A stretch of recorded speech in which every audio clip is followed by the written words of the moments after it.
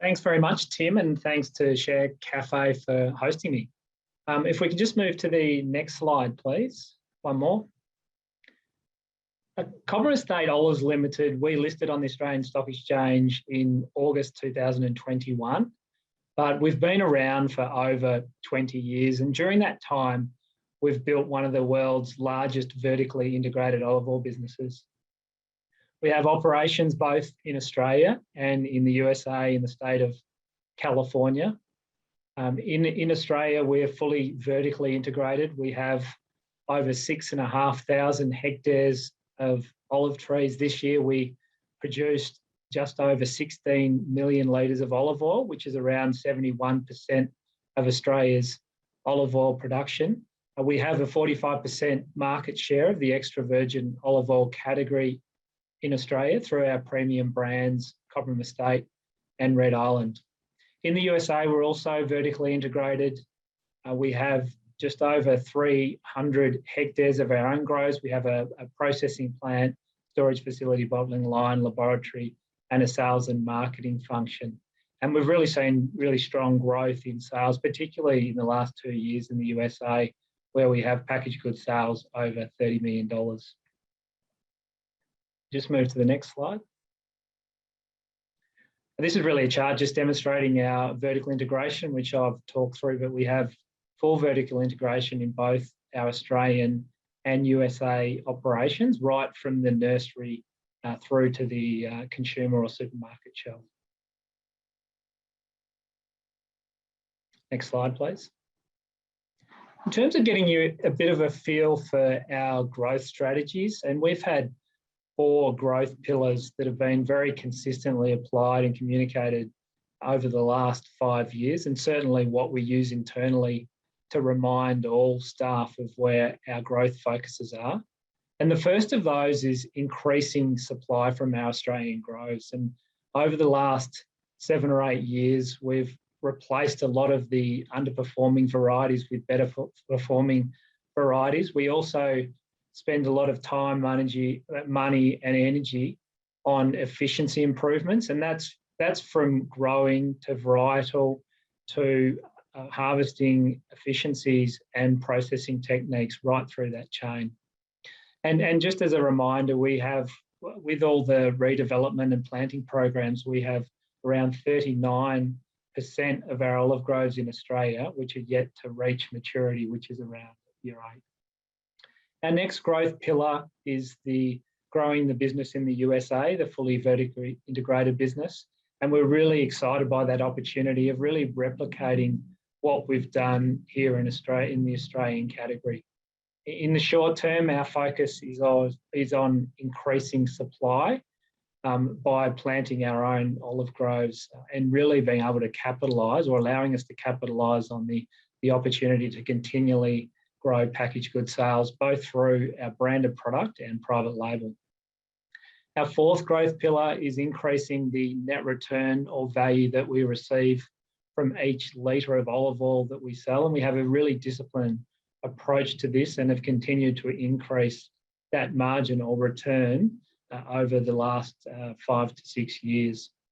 And the 4th pillar, and certainly not least important, is valuating our olive byproducts. We're 99% of our waste we reuse within our operations, but certainly not at the highest and best use. And we're spending a lot of time and money on researching and developing new products by using the value that's left in the olive oil byproducts, and certainly adding value to that, and not only decreasing that to cost neutral, but certainly profitable going forward. Next slide, please. Just to give you a feel for our Australian operations and what we've done there in terms of our redevelopment and replant program. You can see from the chart on the bottom left-hand corner, we produced just over 16 million litres of olive oil in the harvest just finished. And as you can see, importantly, that result was from over 1,000 hectares less of mature trees, which is really a reflection of the replant program that we've been through in redevelopment by planting better performing varieties. And we'll continue to see that increase as the grove matures. Next slide, please. In terms of our growth from our Australian operations, there'll be significant organic growth as our trees mature. You can see the chart on the bottom left-hand corner. This shows the mature hectares by year over the next 10 years. And at the moment, around 4,000 of our 7,000 hectares is fully mature. Within the next 10 years, we'll see that rise to around 7,000. The chart on the bottom right-hand corner, this just shows the hectares by tree age on the left-hand axis, and the line is the maturity profile of a tree in litres per hectare on the right-hand side. So as you can see, an olive tree doesn't produce a crop until year 3, and then will be fully mature in year 8.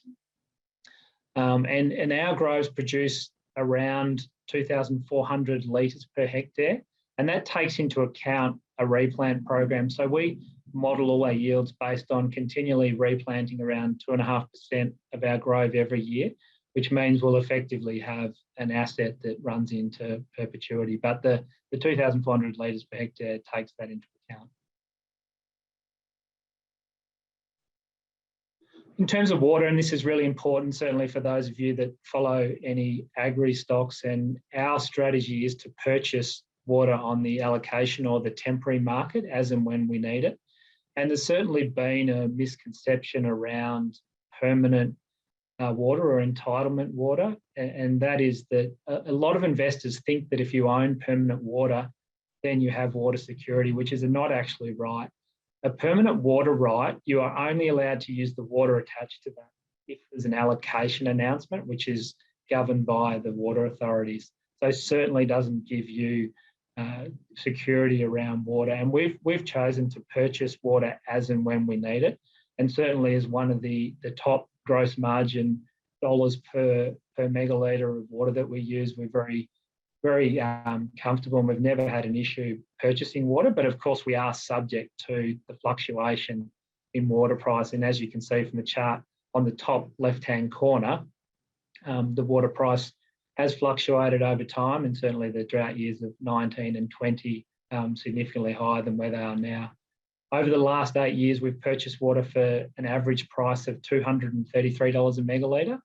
The last 12 months was 168, and this year, pleasingly, it's trading down towards about $120 a megalitre.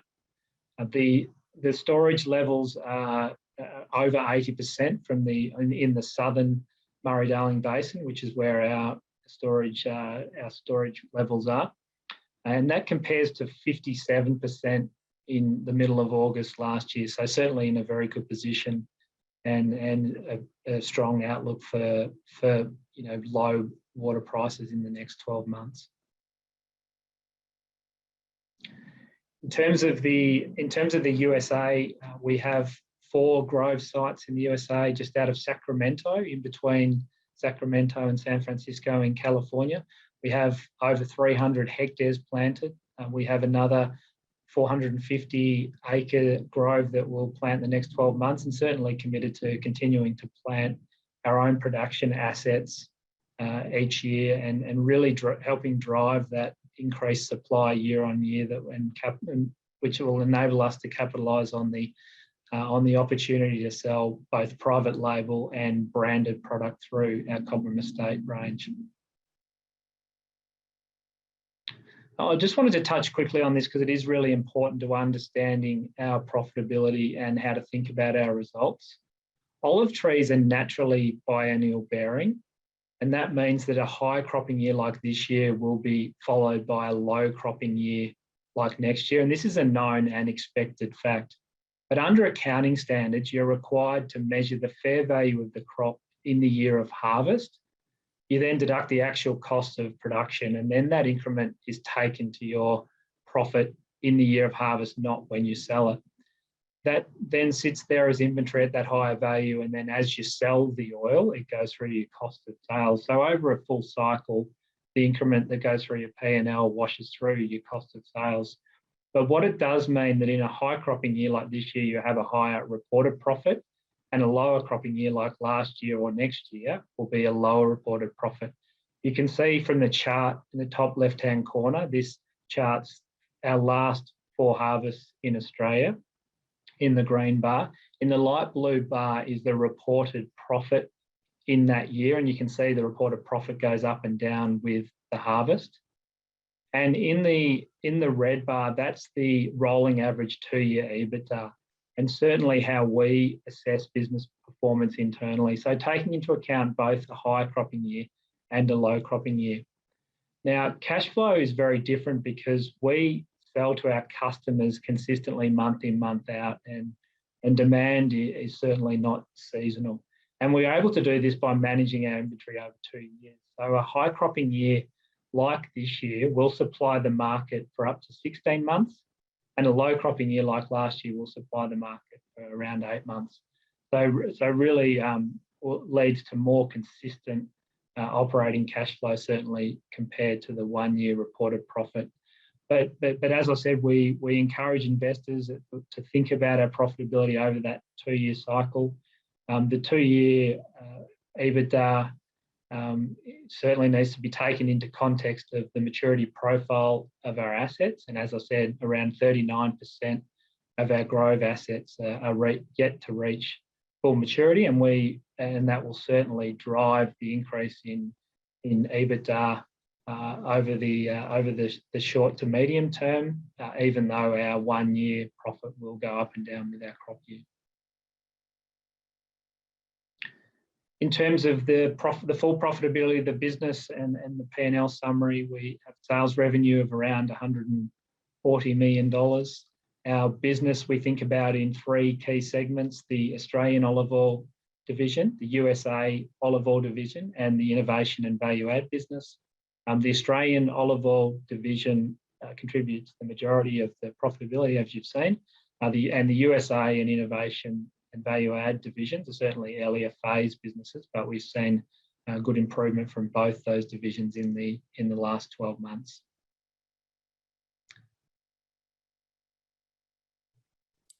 Thanks, Tim, and back to you. Thank you. We had lots of questions about this variability with an olive farm. In fact, we have someone whose grandfather had a farm, and the production volume oscillates in alternative years. Can you kind of plant that out to balance that risk? How do you manage that risk? Can you have other assets growing at alternative times? Yeah, that's a good point. And certainly one of our grows, we're not seeing as much of the biennial bearing. And it's typically an event that will cause it, and it'll affect the current year's crop. And then the olive tree naturally puts more energy into the growth, which is the crop for the following year. So you end up with this biennial bearing. Over time, we believe it will even out more. But certainly from an operational point of view, it doesn't concern us because we manage that oil over a 24-month cycle. So what we're more concerned about is educating investors around that 2-year cycle, because, as I said, from an operational point of view, it certainly doesn't create any issues, and from a cash flow perspective either. But there are techniques and pruning techniques that you can manage that biennial bearing to a certain extent. It's funny because there's 4 of us here. We've all got your product in our pantry. So can you give us an idea of how you kind of maintain that premium quality offering in the face of kind of new lower cost competitors? No, it's a good question. I think one of our competitive advantages are we are able to produce such a huge amount of olive oil, but maintain those quality parameters, and it's through our proprietary olive growing systems that allows us to do that. And it's not 1 or 2 things; it's 100 different things. And but also through that system, we're able to produce olive oil right at the bottom of the cost curve. So we've got lowest cost olive oil and highest quality. We then take all of our olive oil, and we only ever allocate around 50 to 60% of that olive oil to Cobram Estate, which allows us to put the very best quality in Cobram Estate and maintain that quality premium. And then the next best, which is still very good, extra virgin olive oil, into Red Island, and then into private label and and some bulk customers that purchase oil from us. And we've got lots more questions coming through, which we don't have time for. But just finally, over the past 5 to 10 years, cumulatively, the business has kind of generated minimum free cash flow and debt has increased. What's this going to look like moving forward? Yeah, we're certainly, we've got really strong operating cash flows, and particularly as our groves start to mature, and I think importantly, the cost of producing or growing a crop is relatively fixed, no matter what size the crop is. There's some small variable costs. So as your crop increases, effectively your operating cash flow and profitability also increases. So we'll be funding our growth out of operating cash flow, and as I said, it's very strong, and the outlook's really strong as well with the maturity and the growth profile of the groves.